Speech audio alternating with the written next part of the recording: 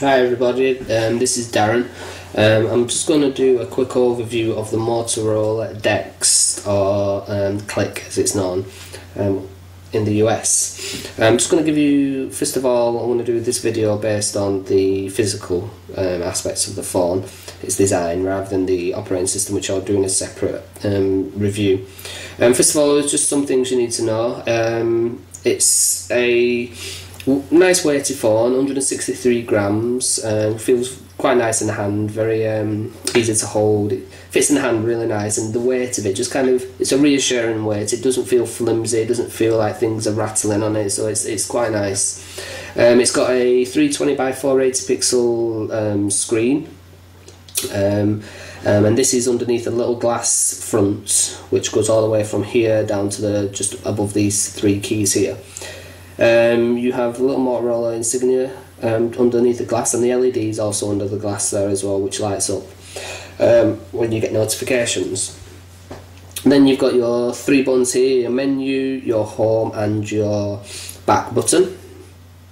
On the other side, on the back, you have this kind of little pimply design, little hole, like little grooves kind of in the back here. Pointless, but you know, it still looks nice.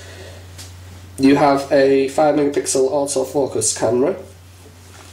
Again, it seems to be quite the norm with a lot of these phones, is there's no integrated flash, which is a shame really, because you wouldn't think that having an LED flash would take up much room on a phone this size really. I mean, you know, I've seen smaller phones that have LED flashes on it, and kind of disappoints you when you have a 5 megapixel camera that doesn't have the flash.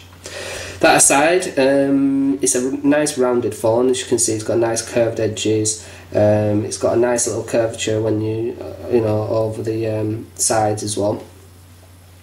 The keyboard obviously slides up like that. You've got a QWERTY keyboard there. And a little cursor movement pad here with a little select button. The keyboard's alright. I do prefer the G1 keyboard personally. I think it's easy to use, and this has its numbers set on the actual QWERTY pad, which you access by using the Alt button here, which just makes things a bit slower when you're typing. I mean, it's not a major thing, but you know, the G1 pad's a lot, well, I find it nicer to use. The top row is a bit difficult sometimes because it's quite close to this here, so when you're typing, it's, you know, your fingers do get pushed up against there. But overall, it's a usable keypad. It's you know, it does what it needs to do, so it's not too bad.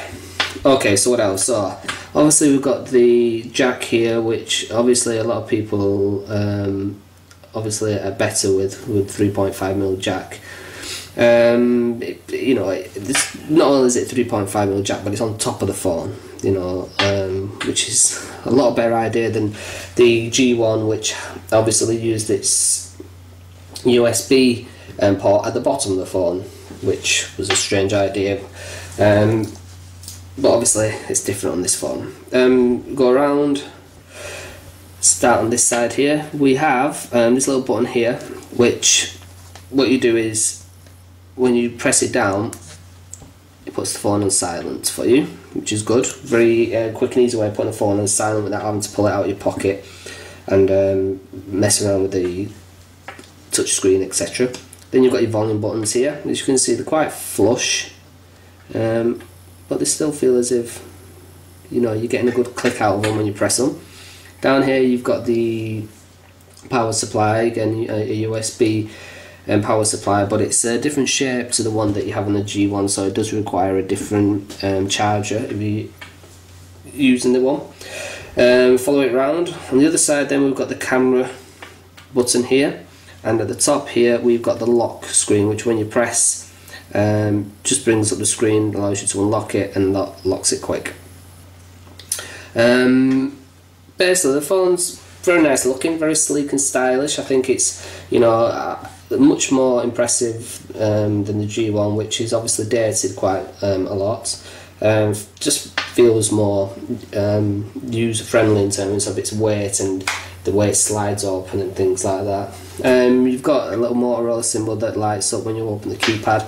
A little thing about the keypad is it's just a silly little thing, but when you open it and it lights up, obviously it lights up the keypad as a whole, but when you press Alt, it then just lights up a little bit more, just so you can see the symbols at the top, the keypad's there, which is just a nice little touch.